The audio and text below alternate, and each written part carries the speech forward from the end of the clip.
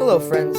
Welcome to the Truth to You Daily Podcast with Brother Scott. We are thrilled that you have taken time out of your day to explore with us God's timeless truth. Regardless of who we are, we all need the light of God's Word to illuminate our path for this day. And now, here is our youth pastor, Brother Scott. Hello and welcome back to the Truth to You podcast. It is December the 14th, and it's the final podcast for the year. No. Brother Sam, can you believe? So sad. We're going to close out 2022 today. Yes, bittersweet moment for sure. It is. But 2023 is coming. Yes, and you know what? We're going to be a little older on the other side, Yes. just like we always are. Exactly. Unless you figured out. Very profound. Somebody fountain write of that youth. down and put Right. it on your bathroom mirror right now. Yep. Okay. We've got a great episode for our listeners today. Yes. And I cannot wait to hear the joke, Oh. because this is going to have to carry us into the new year. I know. That's pressure, right? Yeah. So because of that, I don't have one. I don't have two, but I have three jokes for you today. A little bit shorter. Okay. But we'll see. All right. We'll see how you feel about some of these. Okay. Sounds All good. right. So, why did the can crusher quit his job? The can crusher, why did he quit his job? Mm-hmm. All right, hit me. It was so depressing. Oh, that's pretty good. That's pretty good. Depressing. Yeah. There you go. Okay. It was so depressing. It was so depressing. Soda pressing. Oh, soda pressing. Soda pressing. Oh, yeah. There you go. Gotcha I knew you there. didn't catch I it didn't the get first it. time. No, not Yeah, the first time. I don't think most of you caught it the first time. So. Okay. There we go. Okay, that's one. All right. right. Here's back to another blonde joke. Since I'm sure that was a favorite. Wait. the other week. Oh, yeah. Yes. Okay. Okay, so a guy was driving in his car with a blonde, and he told her to stick her head out the window and see if his turn signals were working. Okay. So she stuck her head out the window as far as she could, and she said, "Yes, no, yes, no, yes, no, yes." No. That's good. That's good. All right. So far, that's my favorite. I'm good, ready for the good. third All one. right, What do we you got? We got one more. You know, my friend thinks he's so smart. He told me that an onion is the only food that makes you cry. So I threw a coconut at his face. Yo, that's good too. I like that one. That's good. Oh man, I don't know. I think I like the third one the best. Yeah, that was I think pretty so, good. too. Once I try to visualize these things, and I think our listeners do too. Yes. But that the visualization on the third one is the best if you think about it. That's don't classic. try it at home, kids. But no, not at all. This Yeah. is not we're ammunition not condoning for that behavior no by any means. but- violence. This is like it's the cartoony in our Yes, mind, and cartoons exactly. don't get hurt, so it's okay. All right. Well, on to more important things. 1 Yes. Samuel chapter 25. We're getting close to the end of the book of 1 Samuel, and chapter 25 is where we are. You know what, though? Let's hit our memory verse one more time for this year. And it's Isaiah 60 and verse 1. Arise, shine, for thy light is come, and the glory of the Lord is risen upon thee. This verse here is just talking about the coming of the Lord Jesus and just shining because of his arrival. So that's why I chose this verse, and it's a good one. Isaiah 60 verse 1, Arise, shine, for thy light is come, and the glory of the Lord is risen upon thee. Let's live in the reality of a Savior that came, was buried, rose again, and ascended to the Father. And we're going to see again. Can't wait for that.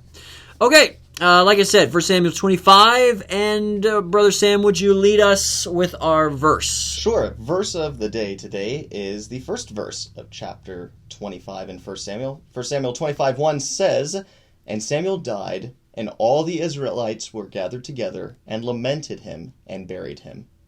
Yeah, so we're going to talk about something today that is a little sobering. Yeah. For sure. Somewhat sad, talking about the death of Samuel here, but as chapter 25 opens, the life of Samuel comes to an end, and truly one of the greatest judges in all of the Bible, and he comes to rest here in verse 1. But Samuel died at a time when Israel was really in transition, moving away from Saul and establishing the throne of David, and he really didn't get to see didn't live to see that transition take place. So all the great things we know about David and that would happen and really the rise of Israel and its greatness under David's leadership. Samuel wasn't around for that, and he passes away here. And so we're going to talk about this verse just a little bit. Brother Sam, why don't you kick us off on our first thought that is your takeaway in regards to verse 1?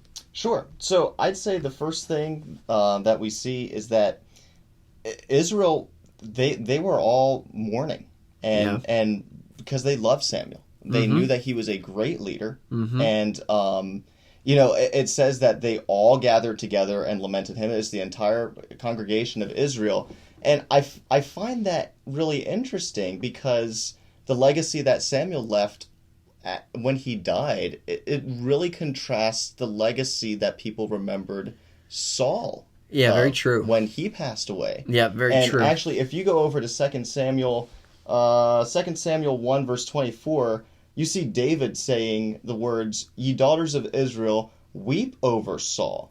So here, David's actually telling Israel, hey, you guys need to mourn over the death of Saul, which tells us that was not a natural reaction, right? Yeah, as was the case here, with Samuel, because it says that all of Israel, they were crying, they were mourning. Yeah, it's amazing that contrast in legacy, and we're all going to leave one. Exactly. Regardless of who we are, we're going to leave a legacy. When I think about legacies, I think about some of the grandparents that I've lost and was blessed to know and spend time with. And I think about my grandfather, my mom's dad, and I think about, some of the things that were just special about him. One of those things was that he loved music. He loved to sing. He tried singing in front of people when he was very young, and he just got so nervous he couldn't take it. Oh, wow. But he made a lot of recordings of himself singing, which was really awesome. And when he would get older, he ended up developing nodules, which, if you scream a lot, you can ruin your voice. And he was a captain of a dredge boat for years. Wow. And he was, yelling on a ship, on the open water, and his voice was ruined. But I would go over to his house, and he would put on those records, and they were on records. Wow. And he would play those for us, and we just so enjoyed that. So when I think about legacies, we think about different things, right?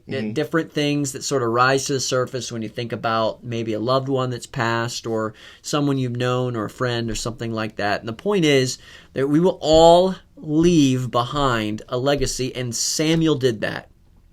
Samuel left a legacy for sure. And as you pointed out, the reaction here of the people is very interesting, because it's not just a few words that's, Samuel died, let's move on to the next thing.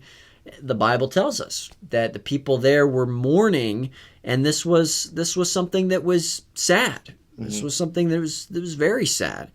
Do you have any thoughts on that? What are some things maybe that these people would have been remembering about Saul and what he meant to them? About Samuel? I'm sorry. Yeah, no, you're good. Samuel. I think it's because, Samuel had so many hats that he wore. He was one of the last judges of Israel. Yep. He was a prophet, and he was also a priest. He took over from Levi. So, or not. See, you got me saying wrong names. Eli. So there's a lot that Samuel did in all the different duties that he was performing, as far as the roles that he was performing. So a lot of people knew him, and they knew that he was doing God's will in all those roles. I think it's also they knew from him following the Lord, even from a young age. Anybody that was maybe his age or a grown up, they knew his legacy of having grown up with Eli and his sons, and Eli's sons were not good news. And that was the environment that he grew up in. And Samuel made a conscious decision throughout his life, I'm not going to turn that direction. We can do a whole other devotional on the contrast of how Samuel turned out versus Eli's sons. That's very, very plain to see. So I think it's just his life legacy of seeing that those decisions looking towards Christ or looking towards, God and making those decisions every day that he was going to follow what God said and not make his own decisions like even Saul did, trying to come up with, the whole what meaneth the bleating of the sheep in my ears. He said that's one of my favorite passages in the Bible when he states that. But Saul there was trying to do something different from God's will, and Samuel stood up and said, no, that's not right. So I think Samuel had a lot of boldness in just, doing what God told him. Yeah, right. And, we don't, it's fun to kind of talk about this moment. We're not given a lot of insight into what this looked like, other than the people collectively are, bemoaning the fact that, Samuel is now gone. But I've been to a few funerals where they've had open mics. And that's always very interesting because you get all kinds of stories. It's a wild card situation. It really is. And sometimes, they're like, well, Betsy, she'd yell at you every once in a while. Yeah. In other words, nobody is perfect. Right. And I'm not diminishing this, but I think it's important we do make the point that Samuel was not perfect. What do we see about Samuel? You do see that Israel makes the point, and I forget specifically where it says it, but there's a point made that basically Israel came to him, the nation of Israel, and said, hey, you're getting older and your sons aren't following in your ways. Yeah. So give us a king. Yeah. And you can kind of see, and from there you can see that Samuel, as a parent, did not do the job that he could have, that God wanted him to do as far as training. And again, a lot of stuff, it's not, it's the children's fault as well, right? They had a decision. Personal choice. It's not 100% Samuel, but yes, it is his responsibility to train them and to discipline them. Right. And you can actually see in turn that was Israel's excuse to say, hey, give us a king because we don't want your sons judging us. Yeah, right. It's very interesting. Yeah. So Samuel wasn't perfect. No. And, we pick a Bible character who was, right? There were obviously some that were not given the details of their sinful nature, but all of us have that. And the point is not that, well, we've all just blown it, so what does our legacy matter? No. Right. The point is, let's serve God. Right. And our story yesterday doesn't have to be our story today or tomorrow. And you can see that even with Samuel's, son straying from him, you can still see that Israel's reaction. They still loved him. They knew that he served God, and they lamented over him, even amidst his failure in some aspects as a parent. So yeah, so true. So what have we seen? We've seen, first of all, that all of us, no matter who we are, when the end of our life comes, we're going to leave a legacy, and that can be both positive and negative. We've also seen that the reaction of these folks, and according to Samuel's legacy, was one of sadness. They looked at it and, they were sad he was gone because he had great character and did so many other things well. But to kind of close out this thought, we have some empty shoes now.